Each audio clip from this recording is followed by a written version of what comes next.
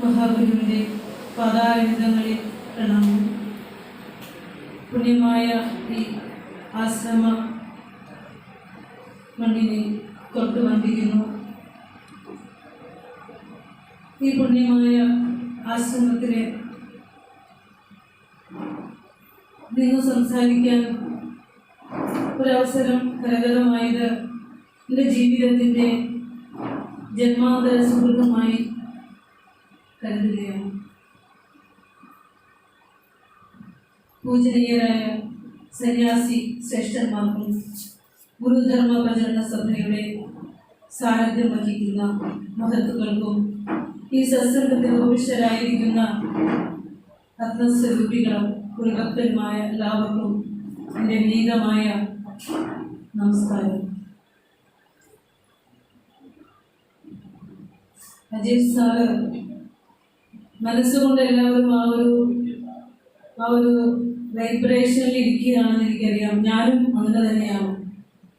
ഒരുപക്ഷെ ചില സന്ദർഭങ്ങളിൽ കണ്ണുകളിൽ നിന്ന് അറിയാതെ കണ്ണ് നിറഞ്ഞുപോയി. സാറ് ചിരിച്ചുകൊണ്ടാണ് അവതരിപ്പിച്ചതെങ്കിലും ഉള്ളിൽ കരയുകയായിരുന്നു. നമ്മുടെ നാടിൻ്റെ നമ്മുടെ കുഞ്ഞുങ്ങളുടെ അവസ്ഥ വളരെ ദയനീയമാണ്.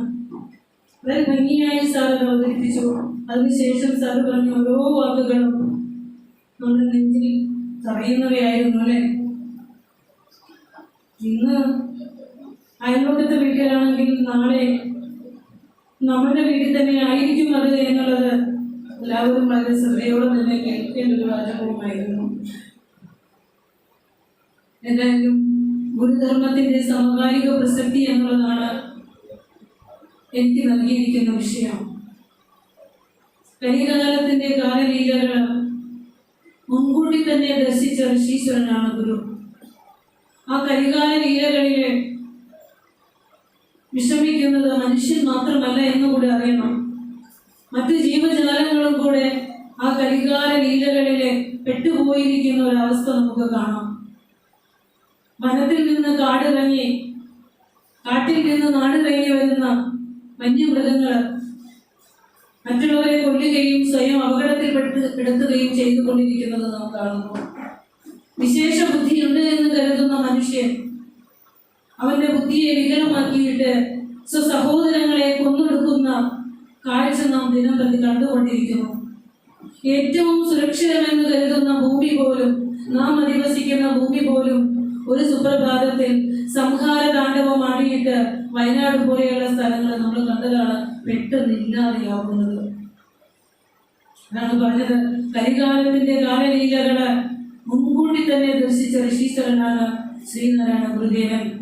ഗുരു വിഭാവനം ചെയ്ത, സംസ്ഥാപനം ചെയ്ത രണ്ട് പ്രസ്ഥാനങ്ങളിലും ധർമ്മം കൂട്ടിച്ചേർത്തിട്ടുണ്ട്. ധർമ്മം എന്ന പദം കൂട്ടിച്ചേർത്തിട്ടുണ്ട്. ലോകത്തിൽ ഏറ്റവും കൂടുതൽ വ്യാഖ്യാനങ്ങൾ നൽകിയിരിക്കുന്ന ഒരു പദമാണ് ധർമ്മം എന്നത്. ഗുരു അതിനെ 4 മനോഹരമായ വരികളിലൂടെ അതിന് നല്ലൊരു നിർവചനം നമുക്ക് തന്നു അല്ലേ. ധർമ്മയേവ പരം ദൈവം, ധർമ്മയേവ മഹാധനം, ധർമ്മ സർവത്ര വിജയീഭവതു ശ്രേയസേ നള. ഇന്ന് ധർമ്മം നഷ്ടപ്പെട്ട് വിദ്യാലയങ്ങൾ സമരാലയങ്ങളും ചൂഷണ സങ്കേതങ്ങളുമായി മാറുമ്പോൾ, ദേവാലയങ്ങൾ പോലും വ്യവസായവൽക്കരിക്കുമ്പോൾ ആരോടാണ് പരാതി പറയുക? ആരാണ് രക്ഷകനായി എത്തുക?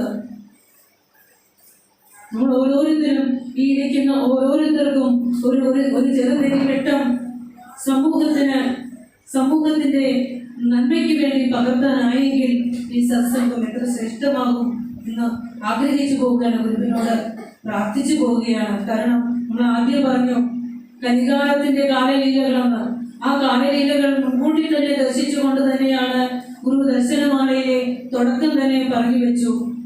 എന്താണ് ഇവിടെ അജയ് സാർ പറഞ്ഞു, പ്രശ്നം കുട്ടികളെ മാതാപിതാക്കളിൽ നിന്ന് തുടങ്ങണമെന്ന് പറഞ്ഞു. പക്ഷെ അതിനപ്പുറം ഇത് നമ്മോട് പറഞ്ഞു വെച്ചു, യഥാ ആത്മവിദ്യ സങ്കോചത തഥാ അവിദ്യ ഭയങ്കരം നാമരൂപാത്മന അത്യർത്ഥം വിവാദീക പിശാചവത് ഒരു പറഞ്ഞു തന്നു. നമ്മളത് ചൊല്ലിപ്പോയി, നമ്മൾ ഉള്ളിലേക്ക് അതൊന്നും എടുത്തില്ല. ആത്മവിദ്യയുടെ ആത്മചൈതന്യത്തിന്റെ പ്രകാശം കെട്ടുപോകുമ്പോൾ ഉള്ളില് ഇരുട്ട് നിറയുന്നു. ആ ഇരുട്ട് നിറഞ്ഞ ലോകം നമ്മളെ ഒരു പിശാചിനെ പോലെ ഭയപ്പെടുത്തിക്കൊണ്ടിരിക്കുമെന്ന് ഗുരു പറഞ്ഞു. അപ്പൊ എവിടെയാ കുഴപ്പം? തന്നിൽ പ്രകാശിക്കുന്ന ആത്മസത്തയെ അറിയാതെ, അതിനെ അറിയാതെ ആത്മവിദ്യക്ക് സങ്കോചം സംഭവിക്കുമ്പോഴാണ് ഈ ലോകം ഇരുട്ടുള്ളതായി മാറുന്നത് എന്ന് ഗുരു പറഞ്ഞു. ഗുരു കൂട്ടിച്ചേർത്തു, ഭയങ്കരമിടം ശൂന്യം വേതാള നഗരം. തീർച്ചയായും അത് ഈ കാലഘട്ടത്തെ കുറിച്ച് തന്നെയാണ് പറഞ്ഞത്, അല്ലെ? ഭയങ്കരവും ശൂന്യവുമായ വേതാള നഗരം. സാറ് പറഞ്ഞത് കേട്ടപ്പോൾ ഞെട്ടിപ്പോയി. ഒരു 10 വർഷം കഴിയുമ്പോൾ നമ്മുടെ നാടിന്റെ സ്ഥിതി ബോധമുള്ള ഒരാൾ പോലും ഉണ്ടാകില്ല എന്ന് ആ ഓരോ കാഴ്ചകളും കണ്ടുകൊണ്ട് ഓരോ ദിനം പ്രതി ഓരോരോ സംഭവങ്ങൾ റിപ്പോർട്ട് ചെയ്തുകൊണ്ട് ജീവിക്കുന്ന അവരെ പോലെയുള്ളവർ പറയുമ്പോൾ ദീർഘവിഷ്ണോത്തോടുകൂടി തന്നെയാണ് അത് പറഞ്ഞിരിക്കുന്നത്. നമുക്ക് ചെയ്യാനുള്ളത് എന്താണ്? അതിലൂടെയാണ് നമുക്ക് കടന്നു പോകാനുള്ളത്.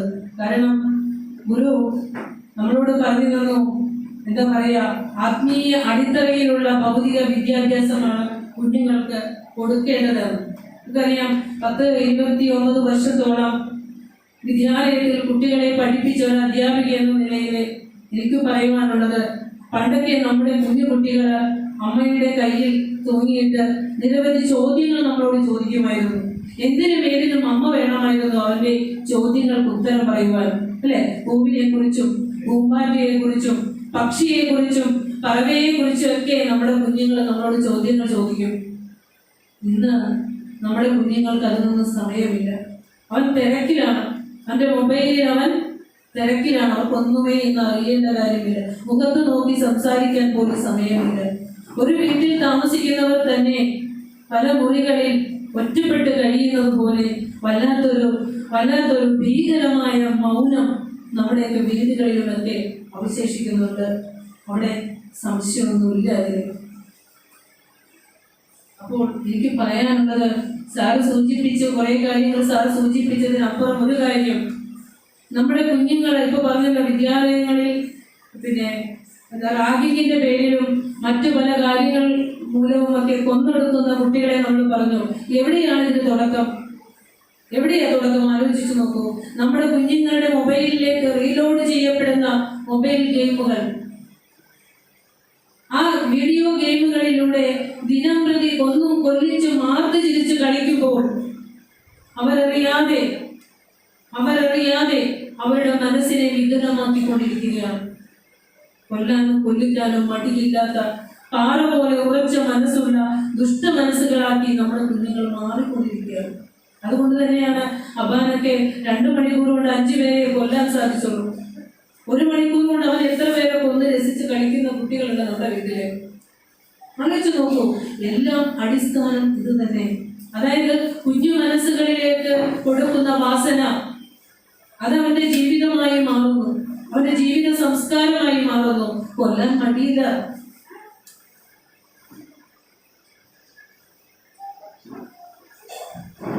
വളരെ ദയനീയം. എനിക്ക് 4-15 മിനിറ്റ് മാത്രമാണ് സമയം സംസാരം ഞാൻ അവസരം തന്നിരിക്കുന്നത്. എനിക്ക് പറയാനുള്ളത് ഇത്ര മാത്രമേ ഉള്ളൂ. കുഞ്ഞുങ്ങളെ ഇപ്പം മദ്യവർജനത്തെ കുറിച്ച് ഇനി ഞാൻ മിണ്ടുന്നില്ല. നമുക്ക് അത്രയും നേരം നമ്മൾ അതിനെക്കുറിച്ചാണ് ക്ലാസ് കേട്ടുകൊണ്ടിരുന്നത്. അപ്പോൾ ഒരു കാര്യം, വീഡിയോ ഗെയിമിന്റെ കാര്യം പറഞ്ഞാൽ നമ്മുടെ മക്കളുടെ കൈകളിലുള്ളതാണല്ലേ. അത് പഠിക്കുമ്പോൾ അതിലൂടെ കളിക്കണ്ടെന്ന് പറഞ്ഞാലും കൊടുത്ത് ശീലിപ്പിച്ചാൽ പിന്നെ അവരെ അതിൽ നിന്ന് ഒരിക്കലും അത് വിടുവിപ്പിക്കാൻ ഭയങ്കര ബുദ്ധിമുട്ടുന്നുണ്ട് നമ്മൾ. അതുപോലെ തന്നെ കുഞ്ഞുങ്ങളെ ചെറിയ പ്രായത്തിലെ തന്നെ ശ്രീനാരായണ ധർമ്മം പോലുള്ള ഗുരുദേവ കൃതികളൊക്കെ കുഞ്ഞുങ്ങളെ വളരെ ചെറിയ പ്രായത്തിലെ തന്നെ പഠിപ്പിക്കുക. ഇപ്പൊ പറഞ്ഞുള്ള എത്ര വയസ്സിലാ കുട്ടികളുടെ സ്വഭാവ രൂപീകരണം നടക്കുന്നത്? എത്ര വയസ്സ് വരെയാ? അമ്മയുടെ ഗർഭപാത്രത്തിലേക്ക് ജന്മം കൊള്ളുന്നത് മുതൽ ആ കുഞ്ഞിന്റെ ബ്രഹ്മചര്യാവസ്ഥ തുടങ്ങിയാണ്. അമ്മയ്ക്കും അച്ഛനും ആ കുഞ്ഞിന്റെ ബുദ്ധി സംസ്കരണത്തിനും വളരെയധികം പങ്കുണ്ട്. ഗർഭാവസ്ഥയിലിരിക്കുന്ന കുഞ്ഞിന്റെ ആ സ്വഭാവ രൂപീകരണത്തിന് വേണ്ടി അമ്മയ്ക്കും ബ്രഹ്മചര്യം നിർബന്ധം ശ്രീനാരായണ ധർമ്മത്തിൽ പറയുന്നുണ്ട്. അമ്മയുടെ ചിന്തകൾ പോലും കുഞ്ഞിന്റെ ജീവിതത്തെ ബാധിക്കുന്നുണ്ട്, ബുദ്ധിയെ, സംസ്കാരത്തെ ബാധിക്കുന്നുണ്ട്. അതുകൊണ്ട് നല്ല ബുദ്ധി സംസ്കാരത്തോടുകൂടി നല്ല സാത്വികമായ ജീവിതം ഗർഭാവസ്ഥയിൽ തന്നെ ഒരമ്മ തുടങ്ങേണ്ടതുണ്ട്. പിന്നെ ഗുരു പറയുന്നു 5 വയസ്സ് വരെ ദേവനായി വളർത്തണം. പോയിന്റ് ഔട്ട് ചെയ്യേണ്ട ഒരു പോയിന്റാണത്. ഇന്ന് നമ്മൾ കുഞ്ഞുങ്ങളെ നന്നാക്കാൻ പലവിധമായ പ്രചാരണ പദ്ധതികളുമായി നടക്കുമ്പോൾ കതിരിൽ വളം വെച്ചിട്ട് കാര്യമില്ല. ഗുരുവിന്റെ ശ്രീനാരായണ ധർമ്മം നമുക്ക് രചിച്ചു തന്നിട്ട് ജീവിതത്തിന്റെ മാനുവൽ കൈപ്പുസ്തകം എത്ര കുടുംബങ്ങളിൽ ഉണ്ട് എന്ന് ചോദിച്ചാൽ ഇപ്പോഴും കൈപോകുന്നവരുടെ എണ്ണം കുറയുന്നതുകൊണ്ട് ചോദിക്കാറില്ല. ഗുരു പറയുന്നു 5 വയസ്സ് വരെ ദേവനായി വളർത്തണം.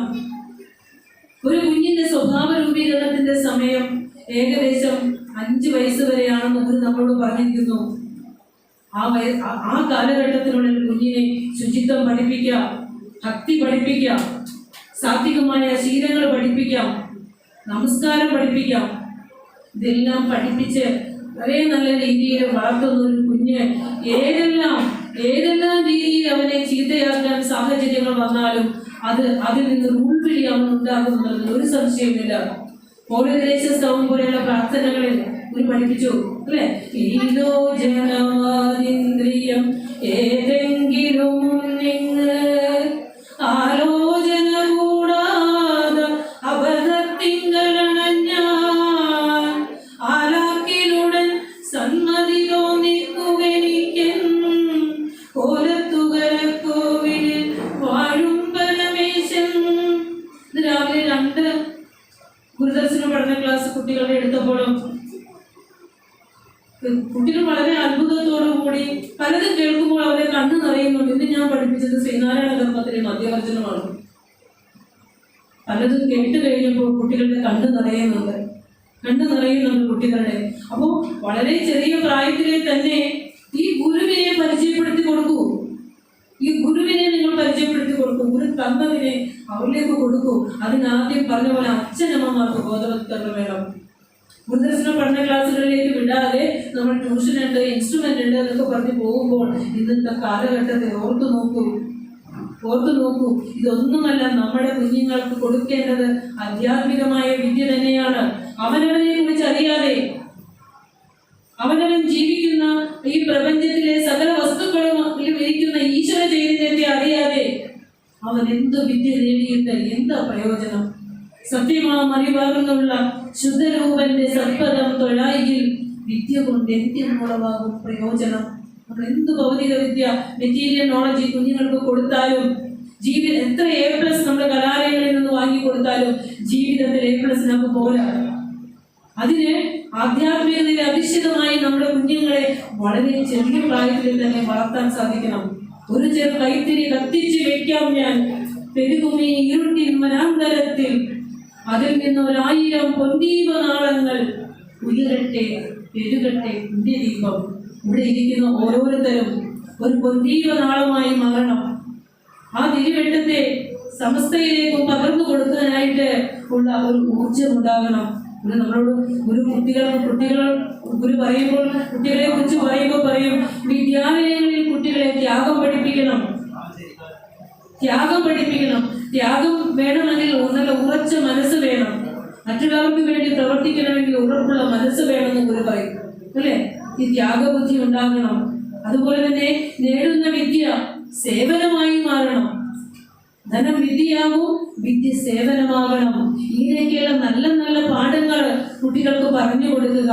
അവനവൻ നേടുന്ന വിദ്യ അവനവന്റെ ജീവിതത്തിന് സ്വസ്ഥിതിക്ക് മാത്രമുള്ളതല്ല. എത്ര രൂപ ചെലവഴിക്കുന്നുണ്ട് സർക്കാർ ഒരു കുട്ടിയെ പഠിപ്പിച്ചിറക്കണമെങ്കിൽ? അവന്റെ ജീവിതത്തിൽ എന്തെങ്കിലും ഒരു അംശം ഈ സമൂഹത്തിന് കൊടുക്കുന്നുണ്ടോ? ഇത് നമ്മുടെ ഗുരു കാണിച്ചു തന്നു, പ്രാക്ടിക്കലായിട്ട് കാണിച്ചു തന്നു. കുമാരനാശാനിലൂടെ, സഹോദരങ്ങളിലൂടെ കൊടുത്ത വിദ്യ സമൂഹത്തിന് വെളിച്ചമാക്കി അവർ പ്രകാശിപ്പിച്ച് തന്നിട്ട് പോയി. അപ്പോൾ അവർ കൊളുത്തിവെച്ച ആ തിരുനാളത്തെ കൂടുതൽ പ്രോത്സാഹിപ്പിക്കുന്നതിന് നമുക്ക് ഓരോരുത്തർക്കും ഉത്തരവാദിത്വമുണ്ട്. അതോടൊപ്പം നമ്മൾ അറിയുക, ആത്മദീപോഭവ. അവനവന്റെ ഉള്ളിലേക്ക് വെളിച്ചം വരാതെ പുറത്ത് എത്ര വെളിച്ചം പകർത്താൻ നടന്നാലും അത് ഇരുട്ട് തന്നെയായിരിക്കും. കാരണം ആത്മദീപോഭവ അല്ലെ, ഭഗവത്ഗീത പറയും ഉദ്ധരേ ആത്മനാ ആത്മാനം. അവനവനിലെ ആത്മീയതയെ പ്രോത്സാഹിപ്പിക്കുക. അവനവന്റെ ഉള്ളിൽ വെളിച്ചം വരട്ടെ. അങ്ങനെ വെളിച്ചമുള്ളവർക്ക് മാത്രമേ പുറമേക്ക് വെളിച്ചം പകർന്നു കൊടുക്കാൻ പറ്റുള്ളൂ. ഒരു നിത്യ പറയും, എല്ലാവരും ഈ ലോകത്ത് ജീവിക്കുന്നത് മറ്റുള്ളവർക്ക് വേണ്ടി പ്രവർത്തിച്ച കാര്യങ്ങൾ എല്ലാവരും ഈ ലോകത്ത് പറയും. പക്ഷേ അതിനേക്കാൾ ഏറ്റവും പ്രധാനപ്പെട്ടത് അവനവന് വേണ്ടി കരയാൻ പഠിക്കുക, ചിരിക്കാൻ പഠിക്കുക, അവനവന്റെ ജീവിതത്തെ ഓർത്ത് നെടുവേർപ്പെടുക. അങ്ങനെ ചെയ്യാൻ സാധിക്കുന്നവര് മാത്രമേ, ആ ഉള്ളിൽ വെളിച്ചം വന്നവന് മാത്രമേ പുറമേക്ക് വെളിച്ചം പകരുവാൻ സാധ്യമാവുകയുള്ളൂ. ഇരുട്ട് നിറഞ്ഞവൻ ഇരുട്ട് മാത്രമേ കൊടുക്കാൻ പറ്റൂ, വെളിച്ചം കൊടുക്കുവാനായിട്ട് പറ്റില്ല. അതുപോലെ തന്നെ ഇനി 10 മിനിറ്റേ ഉള്ളൂ. അതുപോലെ അറിയേണ്ട ഒരു കാര്യം, നമ്മളുടെയൊക്കെ ഉള്ളില് എല്ലാത്തിനും സാക്ഷിയായിട്ട് ഒരു വിളക്ക് എരിയുന്നുണ്ട്. അറിയാമോ എന്ത് വിളക്കായിരുന്നു? ആ വിളക്കുള്ളത് കൊണ്ടാണ് ഇപ്പൊ ഇവിടെ ഇരിക്കാൻ പറ്റണതും കേൾക്കാൻ പറ്റണതും ആശ്രമത്തിലേക്കൊക്കെ വരാൻ പറ്റണതും ഒക്കെ അല്ലേ. ആ വിലമതിയാനാവാത്തൊരു വിളക്ക് എല്ലാത്തിനും സാക്ഷിയായി നമ്മുടെ ഉള്ളിൽ ഇങ്ങനെ എരിയുന്നുണ്ട്. നമ്മുടെ ജാഗ്രതയിലും സ്വപ്നത്തിലും സുഷുപ്തിയിലും നാം ചിന്തിക്കുന്നതിനെ പോലും സൂക്ഷ്മമായി അറിഞ്ഞുകൊണ്ട് ഇരുളിൽ ഇങ്ങനെ തെളിഞ്ഞ് കത്തുന്ന വിലമതിയാനാവാത്തൊരു വിളക്കുണ്ട്. ആ വിളക്ക് എരിയുന്നത് കൊണ്ട് നമുക്ക് ഈ ലോകത്തെല്ലാം അറിയാനും അനുഭവിക്കാനും സാധിക്കുന്നത്. ആ വിളക്കിനെ അറിയാനാണ് മനുഷ്യജന്മം. ആ വിളക്കിനെ അറിയാനാണ് മനുഷ്യജന്മം. അതാണ് ഗുരു പറഞ്ഞത്, ഇത് കണ്ടുപോയിടേണം. ഒരു മനുഷ്യജന്മം മുഴുവൻ ജീവിച്ചിട്ട് കഷ്ടപ്പാട് ദുരിതങ്ങൾ അനുഭവിച്ച് ലോകത്തൊന്ന് കടന്നു പോകുമ്പോൾ നീ എന്ത് നേടി എന്ന് പറയുമ്പോൾ നേടിയതെല്ലാം അവിടെ ഇട്ടിട്ട് പോകാവുന്നതാ. നിന്റെ ക്രെഡിറ്റിൽ എന്തുണ്ട്? എന്താണ് നിനക്ക് കൊണ്ടുപോകാനുള്ളത്? ഒന്നും നമ്മൾ കൊണ്ടുപോകും. അതെന്താണെന്നറിയോ? ശരീരം ഇവിടെ ഇട്ടിട്ട് പോകും. പിന്നെ നമ്മൾ എന്താ കൊണ്ടുപോകണേ? നമ്മുടെ സൂക്ഷ്മ ശരീരം കൊണ്ടുപോകും അല്ലേ. നമ്മുടെ സൂക്ഷ്മ ശരീരവും നമ്മുടെ ജീവൻ, ഈ സൂക്ഷ്മ ശരീരത്തെ ഉദാഹരണപ്രാണൻ പുറത്തേക്ക് കൊണ്ടുപോകും, ശരീരം അവിടെ കത്തിച്ചു കളയുകയും ചെയ്യും. ഈ സൂക്ഷ്മ ശരീരമാണ് ജന്മാന്തരങ്ങളിലേക്ക് നമ്മെ നയിക്കുന്നത്. അപ്പോൾ ഈ സൂക്ഷ്മ ശരീരം, അതുകൊണ്ടാണ് അദ്ദേഹം നല്ല ബോധമുള്ളവരാണ് ഇവിടെ വന്നിരിക്കുന്നത്.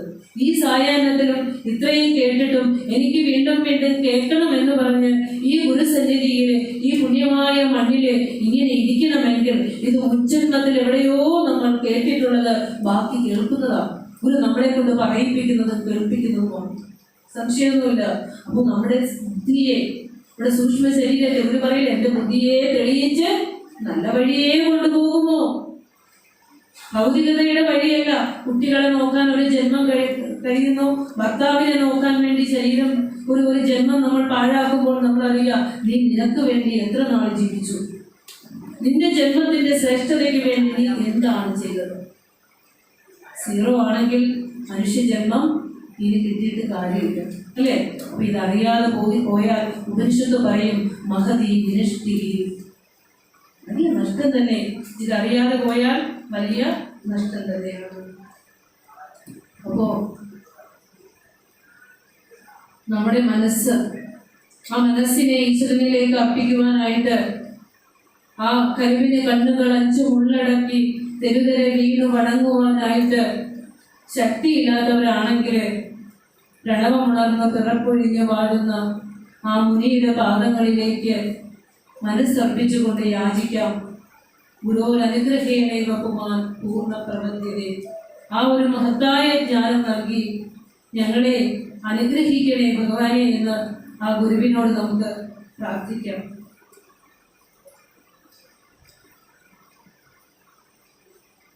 അപ്പോൾ ഞാൻ എന്താ പറയണ്ടതെന്ന് വിചാരിക്കുന്നു. ഞാൻ ഇവിടെ നിരത്തി വെച്ചിരിക്കുന്ന വിഷയങ്ങളൊന്നും എനിക്ക് അവതരിപ്പിക്കാൻ പറ്റുന്നില്ല. എൻ്റെ മുന്നിലേക്ക് ഇനി 5 നിമിഷങ്ങളേ ഉള്ളൂ. ഏതായാലും ഈ പുണ്യമായ ഒരു ആശ്രമ പരിസരത്ത് ഇങ്ങനെ വന്ന് നിൽക്കണമെന്നും ഇവിടെ നിന്ന് ഗുരുവാണിയിൽ വന്ന് ഉരുവിടണമെന്നും ഒക്കെ ഭഗവാൻ എനിക്ക് കനിഞ്ഞ അനുഗ്രഹം തന്നിട്ടുണ്ടാവും. അതുകൊണ്ടായിരിക്കും എനിക്കിവിടെ ബാബേ സാറിലൂടെ എനിക്കിവിടെ എത്താനായിട്ട് സാധിച്ചത്. പലപ്പോഴും സാറെ കൃപാലിത്വം കാണിക്കാറുണ്ട്. പ്രസംഗത്തിലാണെങ്കിലും ക്ലാസ്സുകൾ എടുക്കുമ്പോൾ സാറ് വളരെ വളരെ വളരെ വളരെ ഇൻസ്പിറേറ്റഡ് ആയിട്ട് സാർ സംസാരിക്കാറുണ്ട്. അതൊക്കെ ഇവിടെ നിന്ന് ഇങ്ങനെ കിട്ടുന്ന ഈ ഒരു വെളിച്ചം അത് നമ്മൾക്ക് കൂടുതൽ കൂടുതൽ സ്ഥലങ്ങളിലേക്ക് പകർന്നു കൊടുക്കുവാനും ഒക്കെയുള്ള ഒരു എനർജി കിട്ടുന്നു. അതുപോലെ പറയാനുള്ളൊരു കാര്യം, നമുക്ക് സംസ്ഥാപനം ചെയ്ത 2 സംഘടനകളാണ് ശ്രീനാരായണ ധർമ്മ പരിപാലന യോഗവും ശ്രീനാരായണ ധർമ്മസംഘവും. ഇന്ന് ലോകത്തിലെ 194 പരം രാഷ്ട്രങ്ങളിൽ ഭൂരിഭാഗത്തും നമ്മൾ നോക്കിയാലും ഗുരുദേവ ഭക്തന്മാരുണ്ട്. അവർ സംസ്ഥാപനം ചെയ്ത ചെറുതും വലുതുമായ നിരവധി സംഘടനകളുമുണ്ട്. ഇതെല്ലാം കാരണം ഇന്ന് ലോകം നേരിടുന്ന വെല്ലുവിളിയെ അതിനെതിരെ നമുക്ക് എന്തെങ്കിലും ചെയ്യുവാനുണ്ടെങ്കിൽ ഇവരെല്ലാം ഒറ്റക്കെട്ടായി തന്നെ നിൽക്കണം. ഒറ്റക്കെട്ടായി നിന്നുകൊണ്ട് സമൂഹത്തിൽ നഷ്ടപ്പെട്ടു പോയ ആ ഒരു വെളിച്ചത്തെ നമുക്ക് വീണ്ടെടുക്കേണ്ടതുണ്ട്.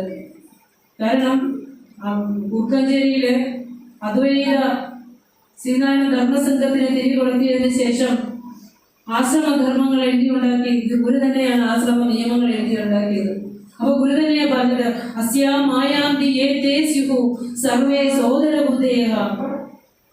ഇവിടെ ധർമ്മസംഘമെന്നോ അല്ലെങ്കിൽ ശ്രീനാരായണ ധർമ്മപരിപാലന യോഗമെന്നോ ഒന്നും വ്യത്യസ്തതകളില്ലാതെ ഒരുമിച്ച് മുന്നേറാനായിട്ട് നമുക്ക് സാധിക്കണം. ഗുരു പറയാ, ആരൊക്കെയാണോ അസ്യാം ആയാന്തി ഏതേ സ്യുഹു ഏതേ അസ്യാം ആയാന്തി, ആരൊക്കെയാണോ ഈ ധർമ്മത്തിലേക്ക് കടന്നു വരുന്നത്, സർവേ സോദര ബുദ്ധേഹ, എല്ലാവർക്കും സോദര ബുദ്ധി ഉണ്ടാകണം എന്ന് ഗുരു നമ്മോട് പറഞ്ഞു തന്നു. പക്ഷേ ഭഗവാനെ, അങ്ങ് എത്രയോ ഉപദേശങ്ങൾ ഞങ്ങൾക്ക് തന്നു, എത്രയോ കൃതികൾ അങ്ങ് രചിച്ചു തന്നു, എത്രയോ സൂക്തികൾ ഞങ്ങൾക്ക് തന്നു. പക്ഷെ ഇതൊന്നും ഞങ്ങൾ അനുസരിച്ചില്ല. ഗുരുവിന്റെ വാണികൾ അനുസരിക്കാനുള്ള അനുഗ്രഹം ഞങ്ങൾക്ക് തരണേ എന്നാണ് നമുക്ക് ഭഗവാനോട് പ്രാർത്ഥിക്കാനുള്ളത്. അതോടൊപ്പം തന്നെ നമ്മുടെ കുഞ്ഞുമക്കളെയൊക്കെ ചേർത്ത് പിടിക്കുക. കുടുംബത്തിൽ ആദ്യം വെളിച്ചമുണ്ടാകട്ടെ. ആ വെളിച്ചം മാത്രമേ നമുക്ക് പുറത്തേക്ക് കൊടുക്കാനായിട്ട് സാധ്യമാകുകയുള്ളൂ. അപ്പോൾ ജന്മാന്തര സുഹൃതം കൊണ്ടാണ് ഈ ഗുരുവിനെ നമുക്ക് പഠിക്കാനും അറിയാനും ഒക്കെയുള്ള ഒരു പുണ്യം നമുക്ക് കരഗതമായിരിക്കുന്നത്. ആ പുണ്യം വിട്ടുകളയാതെ മതിയതിലാക്കി മറന്നിടാതെ മതിയേറുവാൻ മനനം തുടർന്നിടയണം എന്ന് പറയാനുള്ളൂ. പക്ഷെ നമ്മുടെയൊക്കെ അവസ്ഥ വളരെ കഷ്ടം അല്ലേ? മണലളവറ്റ് ചൊരിഞ്ഞ വാപിയമ്മേ അണിയണിയായ നീക്കിടുന്ന വണ്ണം അനൃത പരമ്പര വീശി അന്തരാത്മാവിനെ അകമേ രൂപമാക്കി തന്നു അല്ലെ?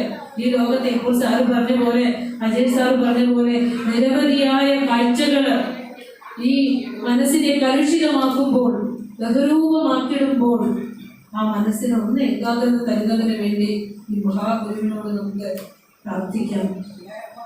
ഗുരുവിന്റെ കൃതികൾ പഠിക്കുക, കൂടുതൽ അത് മറ്റുള്ളവരിലേക്ക് പകർന്നു കൊടുക്കുക.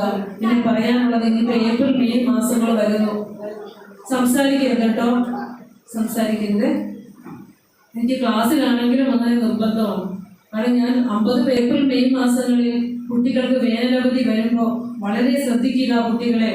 ആ കുട്ടികൾക്ക് നിങ്ങൾ എത്രയും വേഗം ഗുരുധർമ്മ പഠന ക്ലാസ്സുകൾ എല്ലായിടത്തും അറേഞ്ച് ചെയ്യുക. എന്നിട്ട് അവിടെ പഠിപ്പിക്കാനുള്ള ആളുകളെ നിങ്ങൾക്ക് കിട്ടിയില്ലേ നിങ്ങൾ വിളിച്ചോ, എത്ര പേര് വേണമെങ്കിലും തരാം. എന്നിട്ട് ചെറുതൊരു സംഘങ്ങളായി രൂപീകരിച്ചുകൊണ്ട് കുട്ടികളെ ഈ വെക്കേഷൻ അവധി കാലത്ത് ഗുരുധർമ്മ പഠന ക്ലാസ്സുകൾ സജീവമാക്കി നമ്മൾ സംഘടിപ്പിക്കണം. നമുക്ക് എന്തെല്ലാം ചെയ്യാൻ പറ്റുമോ ഈ വിപത്തിനെതിരെ അതിനെല്ലാം അത് നമ്മുടെ കൈമേൽ മറന്ന് നമ്മൾ പ്രവർത്തിക്കേണ്ടതുണ്ട്. കാരണം നാം ജീവിക്കുന്നത് നമുക്ക് വേണ്ടി മാത്രമാകരുത്. ഗുരു നമ്മളോട് പറഞ്ഞല്ലോ, അപരന് വേണ്ടി അകർനിശം പ്രയത്നം കൃപണത വിട്ട് ഒരു പാല് ചെയ്തിടുന്നു. അങ്ങനെ കൃപാലുവായി ജീവിക്കാൻ നമുക്ക് ശ്രമിക്കാം. ആ കൃപാലുത്വം ജന്മാന്തരങ്ങളിൽ നമുക്കതിന് സുഹൃതമായി കിട്ടും. കാരണം ഈ ഇരുട്ടിനെ മാറ്റണം. അതിന് സാറ് ഒരു കാര്യം നമ്മളോട് പറഞ്ഞു, അച്ഛനമ്മമാരെ നല്ല ത്യാഗം സഹിക്കണം. ഒരു കുഞ്ഞ് വളർന്ന് അവന്റെ ഈ പറഞ്ഞ ആ സ്റ്റേജിലൂടെയൊക്കെ അവൻ കടന്നു പോകുമ്പോൾ അച്ഛനും അമ്മയ്ക്കും നല്ല പങ്കുണ്ട്. സാറ് പറഞ്ഞില്ലേ, ഒരു ക്ലാസ്സിലെ എല്ലാവർക്കും തീർത്ഥം കൊടുത്തു എന്ന് പറഞ്ഞില്ലേ? തീർത്ഥം കൊടുത്തു എന്ന് പറഞ്ഞ് കേട്ടതല്ലേ നമ്മള്? അതുപോലെ തീർത്ഥവും ഭാഗ്യമിട്ടുകൊണ്ട് പറഞ്ഞ കുട്ടികളെയൊക്കെ ഇഷ്ടംപോലെ ഞാനും കണ്ടിട്ടുണ്ട്, ഇഷ്ടംപോലെ കണ്ടിട്ട് രക്ഷിതാക്കളെ വിളിച്ചു വരുത്തുമ്പോൾ പറയണ എന്താണെന്നറിയോ? അവർ തന്നെ കൊടുത്തതാണെന്ന് സമ്മതിക്കുക. വാർക്കലിന്റെ ഭാഗമായി, വാദിന്റെ ഭാഗമായി, അതിന്റെ ഇതിന്റെയൊക്കെ ഭാഗമായി നമ്മൾ ഇരുന്ന് വീട്ടിലിരുന്ന് ചെയ്യുമ്പോൾ അത് അവരുടെ വാസനയാവും. നമ്മൾ പറയുന്നതല്ല കുട്ടികൾ പ്രവർത്തിക്കുന്നത്, നമ്മൾ ചെയ്യുന്നതാണ്. നമ്മൾ പറയുന്നത് ഒരാളും എടുക്കില്ല, പക്ഷെ നമ്മൾ എന്ത് പ്രവർത്തിച്ച് കാണിക്കുന്നോ അത് ആ കുട്ടികൾ പഠിക്കുന്നുണ്ട്, മനസ്സിലാക്കുന്നുണ്ട്. എത്രയോ ഈ ക്ലാസ്സുകളൊക്കെ നമ്മൾ ശരിക്കും ഈ വെക്കേഷൻ കാലഘട്ടങ്ങളിൽ എല്ലാവരും അജയ് സാറിനെ വിളിക്കുക, ക്ലാസ്സിന് ശേഷം സാറിന്റെ ഇതിനെക്കുറിച്ച് ഒരു സ്പീച്ച് ഒക്കെ കൊടുക്കുക, വളരെ നന്നായിട്ട് കൊടുക്കുക. അല്ലേ, ശ്രീനാരായണ ധർമ്മം നിങ്ങൾ വെക്കേഷൻ ക്യാമ്പ് സംഘടിപ്പിക്കുമ്പോൾ ശ്രീനാരായണ ധർമ്മത്തിലെ ധർമ്മം പഠിപ്പിക്കുക. അതിനകത്ത് ഏതൊക്കെയാ സാമാന്യ ധർമ്മങ്ങൾ? അഹിംസ, സത്യം, അസ്തേയം, അവ്യഭിചാരം, മദ്യവർജനം. അല്ലെ, ഇതിനൊരു ടോപ്പിക്കായിട്ട് നിങ്ങൾ കൊടുക്കുക. മദ്യവർജനത്തെ കുറിച്ച് ക്ലാസ് എടുക്കാൻ പറയുക. അല്ലെ, ബുദ്ധേർ വൈകല്യജനകം മദ്യം ഇത് പറഞ്ഞു വെച്ചു. ആ ബുദ്ധിയുടെ വികലതയാണ് നമ്മൾ ഇന്ന് ഈ ലോകത്ത് കണ്ടുകൊണ്ടിരിക്കുന്നത്. അറിയോ, ഈ ലോകത്ത് അവതരിച്ചിട്ടുള്ള എല്ലാ ഋഷീശ്വരന്മാരും എല്ലാ മഹത്തുക്കളും ഈ മദ്യത്തിനെതിരെ നമ്മളോട് പറഞ്ഞു തന്നിട്ടുണ്ട്. തിരുക്കുറളിലെ 1333 കുറളുകൾ ഉള്ളതിൽ 133 അധ്യായങ്ങളുള്ളതിൽ 93-ാമത്തെ അധ്യായത്തിൽ തിരുവള്ളവരെ കള്ളുണ്ണാമേ എന്നൊരു അധ്യായം പറയുന്നുണ്ട്. കള്ളുണ്ണാമേ അതിനകത്ത് പറയുന്നുണ്ട്, വിത്തം കൊടുത്തിട്ടു മതിമങ്കൾ വാങ്ങുവോർ സത്തയറിഞ്ഞവർ തന്നെയാമോ. വിത്തം കൊടുത്തിട്ട്, പണം കൊടുത്തിട്ട് ബുദ്ധിയെ വികലമാക്കുന്ന മന്ദത വാങ്ങുന്നവൻ സത്യം വല്ലതും അറിഞ്ഞവനാണോ? ബുദ്ധി അത് ഗുരു ആ പറഞ്ഞ വാക്ക് തന്നെ ഗുരു നമുക്ക്, കാരണം ഋഷീശ്വരന്മാർ പരസ്പരം പൂർണ്ണരാക്കുന്നവരാണ്, പൂരിപ്പിക്കുന്നവരാണ്. അത് ഗുരു നമ്മളോട് പറഞ്ഞു തന്നു. ബുദ്ധയെ വൈകല്യജനകം മദ്യമിത്യുച്യതേ ബുദ്ധൈഹി മദ്യസേവാംന കുർവീത മദ്യം വിഷസമം വിതുഹു പറഞ്ഞു തന്നു. പിന്നെ വള്ളുവരും പറഞ്ഞു, വിത്തം കൊടുത്തിട്ട് മതിമങ്കൾ, അതുപോലെ തന്നെ പറഞ്ഞു, മധുവാനിയായവൻ ദുർമുഖം കാൺകിലും പെറ്റവർ വെറുത്തിടും മറ്റവർ ഗതിയെന്ത്. മധുപാനിയായവന്റെ മുഖം കണ്ട് പെറ്റ അമ്മ പോലും വെറുക്കും, ബാക്കിയുള്ളവരുടെ ഗതി എന്ത്. ഇവിടെ നമുക്ക് എന്താ പറഞ്ഞു തന്നത്? മദ്യാസക്തം സ്വസ്യ പറഞ്ഞ് ഭാര്യ പിതാ മാതാ സോദരഃ അല്ലേ, പുത്രോവി ഈശ്വരോ ദ്വേഷ്ടി തസ്മാ മദ്യം പരിത്യജം. അങ്ങനെ വ്യത്യാസം ഉണ്ടോ? കള്ളുവര് പറഞ്ഞു വെച്ച കള്ളുണ്ണാമ എന്ന അധ്യായം, ആ അധ്യായം ഗുരുവിന്റെ മദ്യവർജന ദർശനത്തെ ശരിക്കും അത് ഉൾക്കൊണ്ടിട്ടുണ്ട്. അതുകൊണ്ട് തന്നെയാണ് പറഞ്ഞത് ഗുരുക്കന്മാർ പരസ്പരം പൂരിപ്പിക്കുന്നവരാണ്. അപ്പോ ഇതിനെതിരെ ഗുരു പറഞ്ഞിരിക്കുന്ന 2 അരുതുകൾ ഏതൊക്കെയാ? വളരെ കർക്കശമായി നമ്മൾ നേരിടാൻ പോകുന്ന ലോകത്തിന്റെ വിപത്ത്, ആ കരികാല ലീലകളെ മുൻകൂട്ടി കണ്ടുകൊണ്ട് ഗുരു പറഞ്ഞിട്ടുണ്ട് 3 അരുതുകൾ ഏതൊക്കെയാ? മദ്യത്തെക്കുറിച്ചും ജാതിയെക്കുറിച്ചും ആണല്ലേ. അല്ലേ, അതാണ് ഇന്ന് നമ്മുടെ ലോകം നേരിട്ടുകൊണ്ടിരിക്കുന്ന ആ പ്രശ്നം. അപ്പോൾ അതിനുവേണ്ടി നമുക്ക് എല്ലാവർക്കും ഒറ്റക്കെട്ടായി മുന്നേറാം എന്ന് പറഞ്ഞുകൊണ്ട് ഓരോ സത്സംഗങ്ങളും അതിനെതിരെ ഒരു ചെറുതിരി തെളിയാനാകട്ടെ എന്ന് പ്രാർത്ഥിച്ചുകൊണ്ട് എന്നെ ശ്രമിച്ച എല്ലാവർക്കും നന്ദി പറഞ്ഞുകൊണ്ട് ഈ വാക്കുകൾ ഗുരുവിൽ സമർപ്പിക്കുന്നു. ഗുരുവോം തത്സത്.